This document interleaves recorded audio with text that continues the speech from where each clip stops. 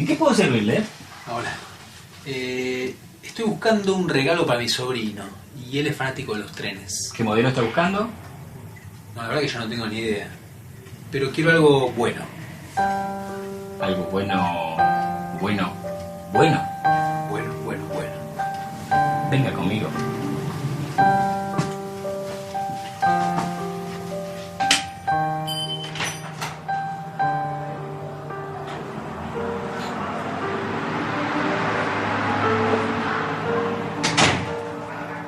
Este es un lugar de culto. Ya veo. Está tremendo. Y esto es lo que yo tengo para vos. Es una vaporera estilo Pensilvania. Le podemos agregar un par de vagones y queda perfecta. Única. Uy, me parece que entró gente al negocio. Ahora vengo, ¿sabes? Bueno, Espérame. dale. Ojo. Que esta maqueta es muy especial. Sí, claro.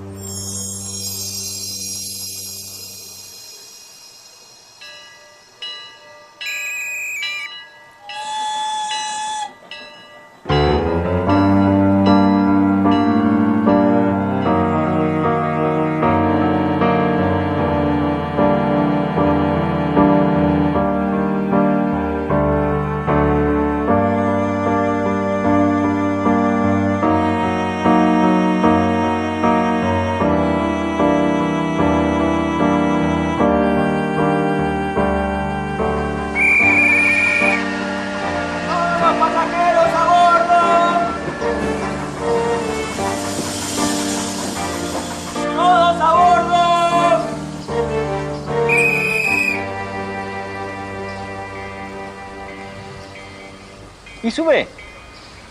¿A dónde? ¿Cómo a dónde? ¿Al tren? Este es el expreso Scalabrini Ortiz. No entiendo. Scalabrini Ortiz. ¿Usted es este? Sí. Su nombre es Gabriel Di Medio y es historiador. Sí. Y se dedica a investigar, a escribir, dar clases en la universidad y a hacer textos y guiones para programas como este. Sí. Le encargaron hacer una biografía de Scalabrini Ortiz, ¿correcto? Sí. Y no se le ocurre nada. Bueno, nada. No. Yo que usted. Me subiría.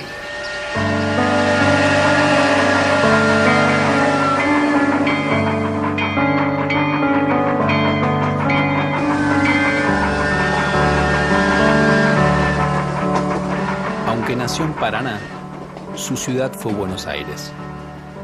Raúl Ángel Toribio Scalabrini Ortiz llega al mundo en la primera, el 14 de febrero de 1898, y se muda a la segunda a los 4 años. En su época de estudiante, participa en un grupo de izquierda llamado Insurrexit, que luego abandona. Más tarde se recibe de agrimensor, mientras se destaca como boxeador en el ámbito amateur. Pero ni el boxeo ni la agrimensura llenan sus días. Scalabrini quiere ser escritor. Publica un libro de cuentos y colabora en varios diarios y revistas. Para fines de los años 20, ha logrado forjarse un nombre en el ambiente literario. En ese entonces, los escritores porteños están divididos en dos grupos, Boedo y Florida. Scalabrini colabora en la revista de este último, Martín Fierro. Él coincide con Boedo en la valoración positiva del pueblo y con Florida en que es necesaria la construcción de una cultura nacional.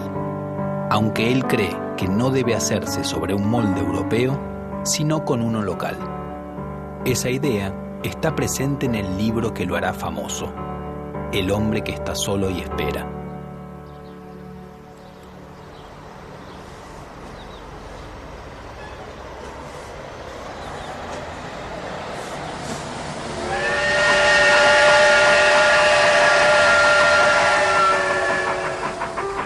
Damas y caballeros, tengan todos muy buenos días. Vengo a traerles en esta oportunidad el complemento ideal para todo viajero. Un buen libro. Señora, señor, señorito, señorita. En esta ocasión, El hombre que está solo y espera, de Raúl Scalabrini Ortiz. Esta es una obra que habla del amor, habla de la amistad, habla también de la política, de la tragedia sexual de Buenos Aires. El hombre que está solo y espera es un retrato magistral del ser nacional. Y para muchos críticos e historiadores, constituye una de las obras cumbre del ensayo argentino. ¿O no? No, sí, sí. Claro que sí, mi amigo, claro que sí. ¿Cuántos le doy? No, me encantaría, pero no traje un peso, maestro. ¿No trajo un peso? No se preocupe, porque el dinero va y viene, mi amigo. Acá lo que queda, ¿sabe qué es? El conocimiento. Así que, tome, se lo regalo, léalo y después lo hablamos. ¿Qué le parece? Vaya, mi amigo, vaya. ¿Quién dijo cuántos? ¿5? ¿6?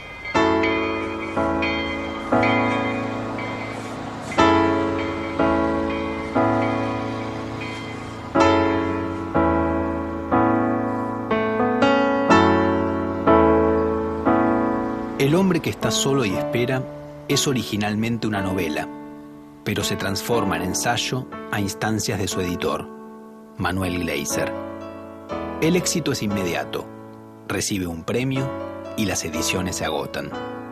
Se lo considera una Biblia porteña, afirmación que aparecerá en el subtítulo del libro en las siguientes ediciones. El personaje, una especie de Martín Fierro urbano que se encuentra en la esquina de Corrientes y Esmeralda, es presentado por Scalabrini como el arquetipo del hombre porteño, y al ser la ciudad la guía del país, del ser nacional. El libro propone que este ser es el producto de un proceso inmigratorio que aísla a las mujeres de los hombres y genera en estos una sensación de vacío. Su idiosincrasia está compuesta por el tango, la tensa relación entre los sexos, el café y el deporte. Por eso la esencia de la ciudad, y entonces del país, está en el centro de Buenos Aires, en la esquina del tango, el café, la literatura y el boxeo, y no en los barrios o en la tierra. Pero el desarrollo de esa esencia nacional fue impedido por la traición de los intelectuales y las clases dominantes, y por las trabas puestas por el imperialismo.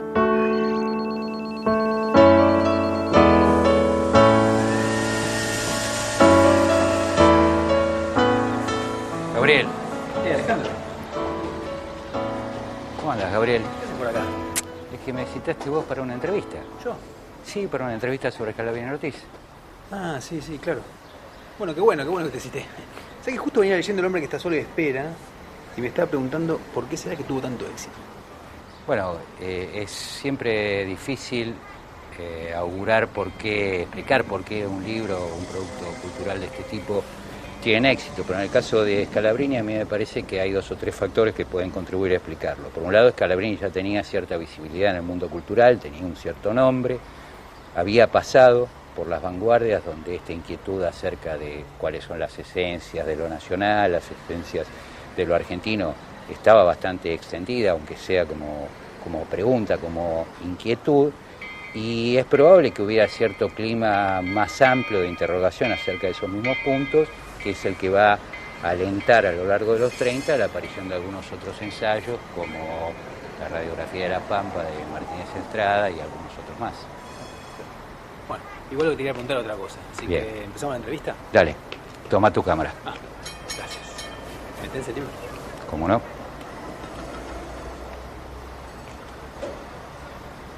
¿Listo? Listo. ¿Te parece que se puede considerar a Scalabrini Ortiz un nacionalista? Sí, sin duda. De todas maneras, habría que tener en cuenta que el nacionalismo argentino de los años 30, que en rigor comenzaba a expresarse a fines de los 20, albergaba distintos grupos. Uno podría reconocer un nacionalismo que es casi un conservadurismo radicalizado, preocupado por mantener el orden social tradicional, un nacionalismo más cercano a las posiciones filofascistas e incluso en ocasiones simpatizante con el régimen nazi, un nacionalismo más extremo. La Iglesia Católica también se cruza en ese momento con el nacionalismo, suponiendo que una de las características culturales de la nación argentina es precisamente su catolicidad, y sus miembros se expresan en algunos de estos grupos, pero además también en una especie de nacionalismo católico relativamente autónomo. Ese movimiento llega incluso a constituir una especie de nacionalización general en la política, en la cultura política argentina, que alcanza formaciones relativamente inesperadas, como el Partido Comunista, en particular luego del cambio a la línea de Frentes Populares de 1935. Y también se cuenta allí el nacionalismo al que pertenece Scalabrini Ortiz, que es un nacionalismo heredero del nacionalismo antiimperialista de los años 20, un antiimperialismo que no desestima los mecanismos democráticos, al menos como entendía la democracia como el derecho del pueblo a gobernarse a sí mismo, y que promueve la participación del Estado en la economía, alentando la redistribución de la riqueza. Es un nacionalismo que hereda posiciones del radicalismo irigoyenista en los años 20 y que anticipa algunas de las posiciones del peronismo. En realidad, el nacionalismo que cobija a Scalabrini Ortiz es el que cobija a Forja.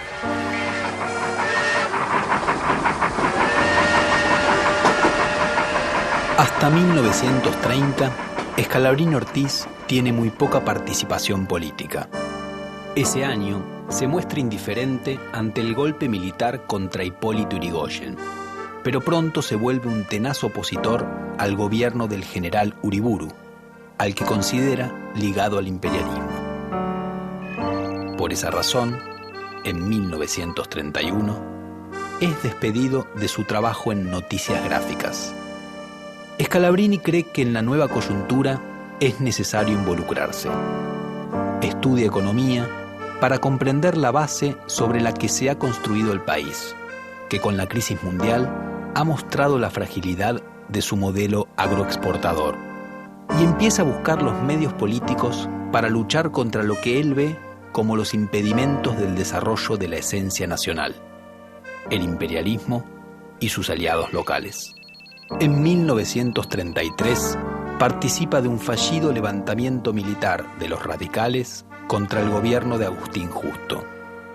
Este le da a elegir entre el destierro y la prisión. Decide partir y antes de hacerlo, en enero de 1934, esposado y con la policía de testigo, se casa con Mecha Comaleras. Primero viajan a Italia, donde han editado su libro y le deben derechos de autor. Conoce allí, de primera mano, el fascismo de Mussolini. Luego, recala en Alemania.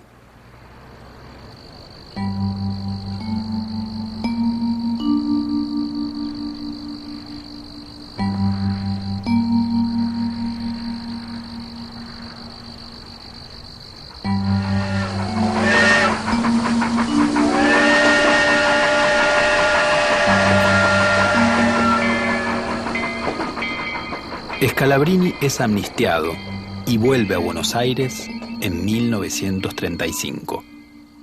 Participa en el diario Señales, que denuncia el accionar del imperialismo en la Argentina. Allí conoce a Arturo Jaureche. Desde el diario colaboran con Lisandro de la Torre en la investigación de las carnes por el tratado Roca-Ranciman. Y Scalabrini escribe el discurso del senador Alfredo Palacios que impugna la entrega del transporte urbano a las empresas inglesas. A mediados de 1935, Jaureche funda la Fuerza de Orientación Radical de la Joven Argentina, junto con varios escritores como Homero Mansi, Gabriel del Mazo y Luis de Lepiane. El grupo, que será conocido por sus iniciales, Forja, busca transformarse en una usina intelectual del nacionalismo radical. Scalabrini se vuelve un referente del grupo, al que no pertenece oficialmente por no ser afiliado a la UCR. La nueva agrupación realiza charlas en su local y actos en la calle. Se opone a la conducción del radicalismo, en manos de Marcelo T. de Alvear, y a lo que proclama como la entrega del país por parte del presidente Justo. Scalabrini se encarga de la publicación de los cuadernos de Forja, destinados a denunciar la injerencia británica. Para eso analiza el empréstito Baring de la época de Rivadavia, el petróleo y los ferrocarriles. Sus ideas se transforman en 2 libros publicados en 1940, Política británica en el Río de la Plata y la primera parte de la historia de los ferrocarriles argentinos.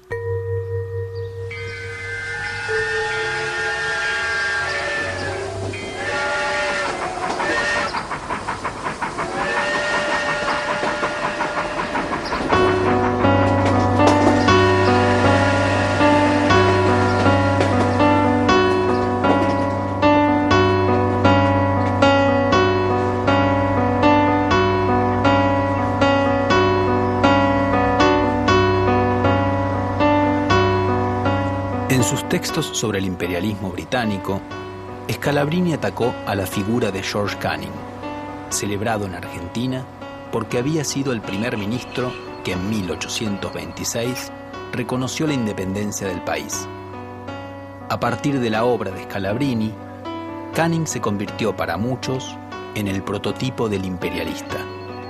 En 1974, durante el tercer gobierno de Perón, la avenida porteña Canning fue rebautizada Scalabrini Ortiz. En 1976, la dictadura militar volvió a llamarla Canning. Pero con el retorno de la democracia se recuperó el homenaje. Hoy se llama Scalabrini Ortiz. Entrevista al historiador Norberto Galazo en la pulpería de la Maqueta. Norberto, como le comenté, estoy haciendo la biografía de Raúl Scalabrini Ortiz y quería preguntarle por la concepción que tenía él de los ferrocarriles argentinos de su tiempo.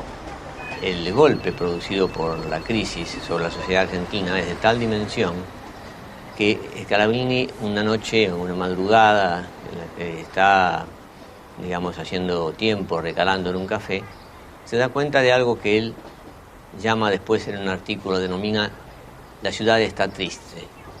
La ciudad está triste, la ciudad está enferma, la ciudad está y el país están desprovistos de lo que se pensaba que era aquella gran Argentina de nuestros mayores que se había hablado durante mucho tiempo.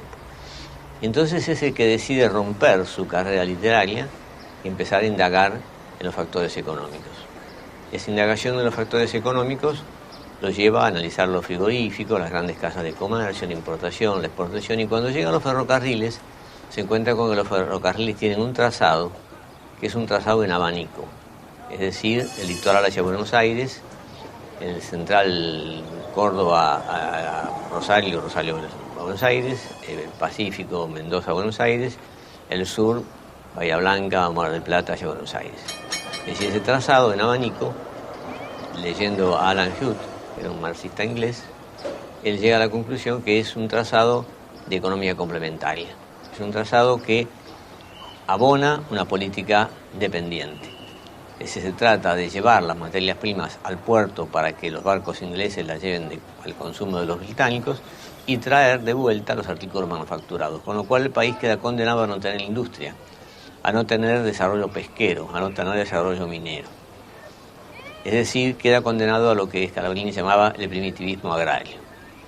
Para él, el hecho de que ese trazado ferroviario, que él decía, la tela de araña metálica de los ferrocarriles ha aprisionado a la mosca de la República, era análogo al hecho de que un ser humano tuviera el sistema neurológico no bajo su control, sino bajo el control de otra persona. Es decir, esto impediría toda autonomía, impediría todo desarrollo propio. A partir de ese momento es cuando él se lanza con una consecuencia extraordinaria y un coraje magnífico, porque rompe con todo el mundo del periodismo y se lanza profundamente a la investigación. La investigación la centra en la cuestión ferroviaria y toda su lucha posterior hasta la nacionalización. Bueno, perfecto. Muchas gracias, Norberto, estuvo clarísimo, la verdad. Gracias. Apurate que se te va el tren. ¿Yo tengo que ir ese? Sí. En 1939 estalla en Europa la Segunda Guerra Mundial y ella trae un nuevo tema de interés para Scalabrini Ortiz: la neutralidad. Cree que si Argentina participara en la guerra, como proponen muchos, solo ganaría miles de muertos y más sujeción al imperialismo inglés. Arriesga sus magros ahorros en la creación del diario Reconquista, donde escriben forjistas, nacionalistas y comunistas. El único requisito es defender la neutralidad. Es acusado de ser pro-yanqui y pro-nazi a la vez. Ahogado financieramente, Reconquista cierra a los 41 días de su aparición. El fracaso del diario lo deja en una precaria situación económica. Algunos derechos de autor y herencias de la familia de su mujer le aseguran un nivel de vida muy modesto. Tiene 4 hijos que mantener y pronto llegará una quinta. En 1942, publica un aviso pidiendo trabajo como director o consultor en alguna empresa. Para esa época se aleja de Forja y vuelve a trabajar de agrimensor. Cuando se produce el golpe de 1943, Scalabrini lo ve con recelo. Pero pronto conocerá a uno de los referentes del nuevo gobierno, el coronel Juan Perón, quien le cuenta que ha leído su historia de los ferrocarriles. Scalabrini se atreve a pedirle que los nacionalice y Perón le pide tiempo. El escritor vuelve entonces a la política y se dedica a persuadir y organizar grupos de apoyo a la nacionalización ferroviaria. Finalmente, su objetivo se cumple el 13 de febrero de 1947, mediante un decreto presidencial.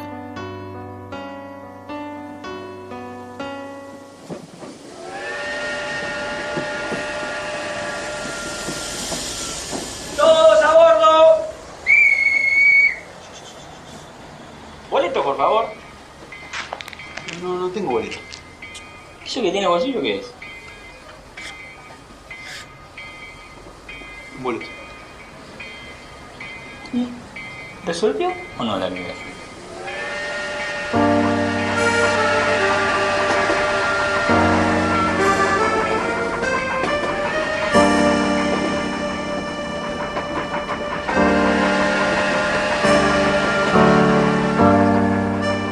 Durante los años peronistas, Scalabrini se encarga de la mensura de unas tierras expropiadas en Gualeguaychú para ser entregadas a colonos.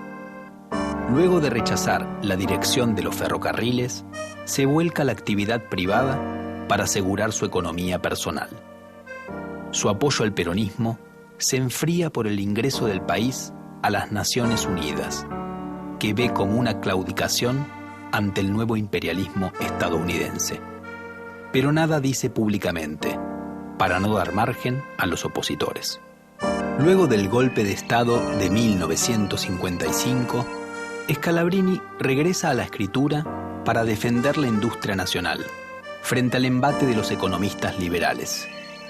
En 1958, apoya la candidatura a presidente del desarrollista Arturo Frondizi, con el fin de preservar la economía nacional.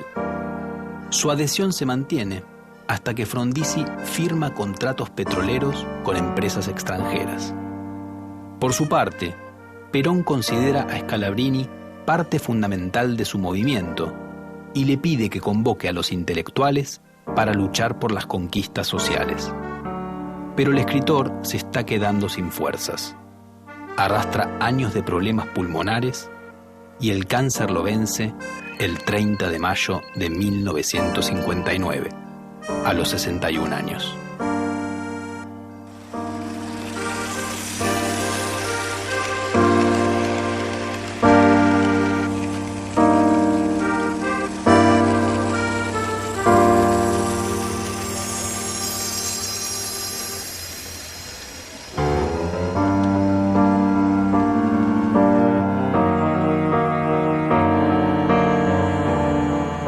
Escritor, ensayista, político, intelectual. Cientos de páginas llevan su firma. Decía de sí mismo que era uno cualquiera que sabe que es uno cualquiera. Sin embargo, sus ideas marcaron a fuego a la Argentina de su tiempo. Y más allá. Aún hoy, muchos argentinos piensan su país tal como él lo pensaba.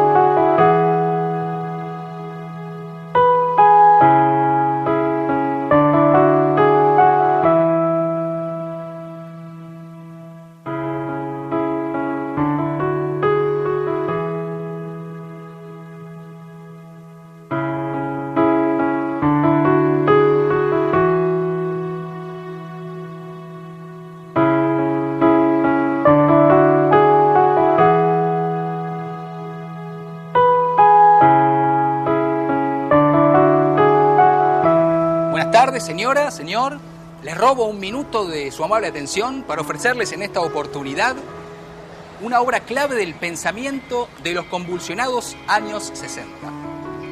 Apuntes para la militancia de John William Cook, libro en el que Cook indaga en la historia argentina los orígenes del Perú. Señor, ¿se lleva uno?